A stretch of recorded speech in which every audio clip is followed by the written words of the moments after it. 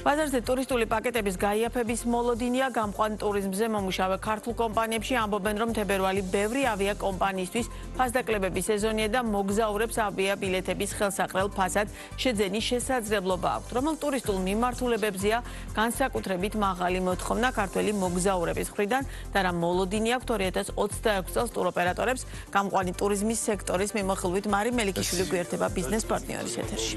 გამარჯობა მაია, მივესალმები ჩვენს მაყურებელს. გარდამტეხი წელი მოგზაურობისთვის ასე აფასებენ ტურიზმის საერთაშორისო ექსპერტები გასულ წელს და ამბობენ, რომ 2025-ში განსაკუთრებული პოპულარობა მოიპოვეს ისეთმა ტენდენციებმა, როგორებიცაა შთაბეჭდილებებზე ორიენტირებული დასვენება და ნოსტალგიური ტურიზმი. გარდა ამისა, მსოფლიო მასშტაბით ხელახალი აღმასვლა განიცადა ველნეს, სათავგადასავლო და ეკოტურიზმმა. შედეგად გლობალური ტურიზმიდან მიღებული შემოსავლები გაიზარდა და არაოფიციალური მონაცემებით $12 ტრილიონ მიაღწია, რაც შეეხება იმ ტურისტულ მიმართულებებს, რომლებიც გასულ წელს მსოფლიოს სხვადასხვა კუთხიდან მოგზაურობის ყურადღებას იპყრობდნენ. მათ სიაში ლიდერების პოზიციაზე არიან ლონდონი, ბალი, დუბაი, სიცილია და პარიზი. სამოგზაურო პლატფორმა TripAdvisor-ის მიხედვით საუკეთესო მიმართულებების ათეულში ასევე არიან რომი, ჰანოი, მარაქეში, კრეტა და ბანგკოკი. ზოგიერთი ეს მიმართულება პოპულარული იყო ქართველი მოგზაურებისთვისაც, თუმცა გამყვან ტურიზმზე მომუშავე კომპანიების ინფორმაციით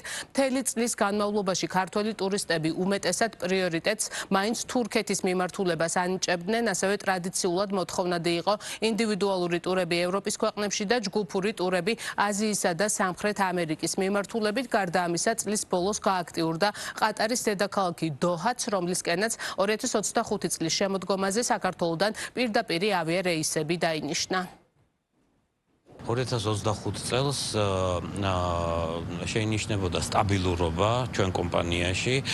დაახლოებით იგივე ოდენობის გაყიდვები ჰქონდა, რაც 2024 წელს.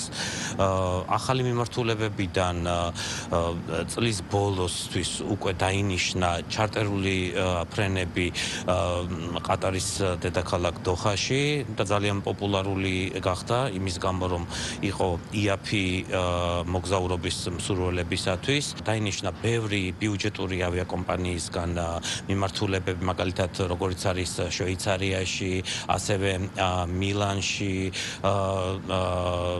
ეს მიმართულებები უკვე ათვისებული ჰქონდათ ჩვენს მომხმარებლებს, მაგრამ რადგანაც თბილისიდან იყო ფრენა და უფრო კომფორტული იყო მგზავრისათვის, შესაბამისად პოპულარობაც მოიპოვა.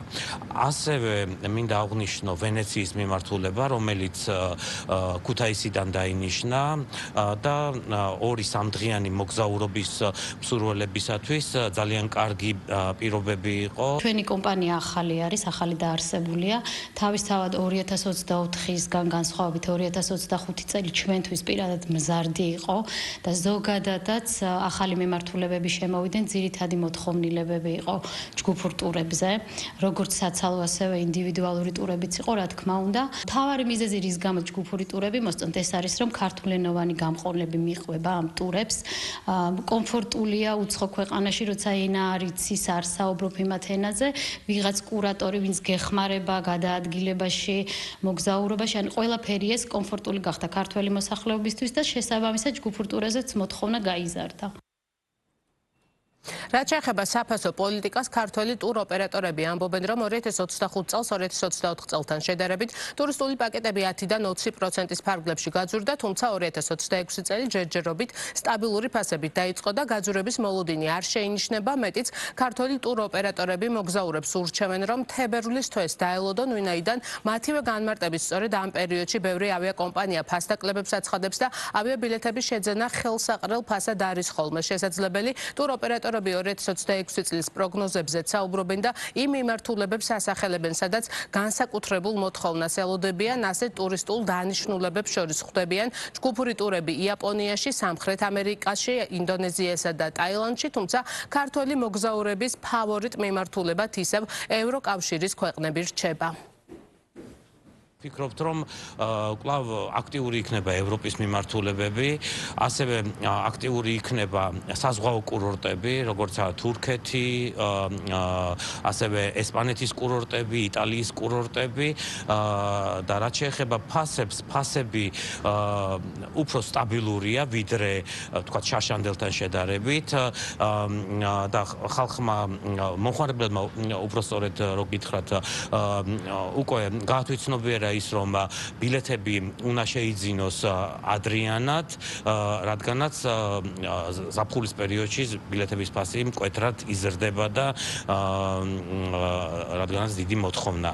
შესაბამისად, ურჩევდით ჩვენ მომხმარებელს, რომ ეხლა თებერვლის თვეში ბევრი ავიაკომპანია გამოაცხადებს ფასდაკლებას და ამ ფასდაკლების პერიოდში გაცილებით ბიუჯეტურად გამოუვათ ავიაბილეთების შესყიდვა, ვიდრე თქვათ უკვე ზაფხულის პერიოდში. ველოდებით აქტიურ მოთხოვნას ჯგუფურ ტურებზე, უფრო აზიის მიმართულებით, რადგან ახლა ევროპა სტანდარტულია და ტურისტები თვითონ ახერხებენ ბილეთების შეძენას და მოგზაურობას უფრო მარტივი გახდა.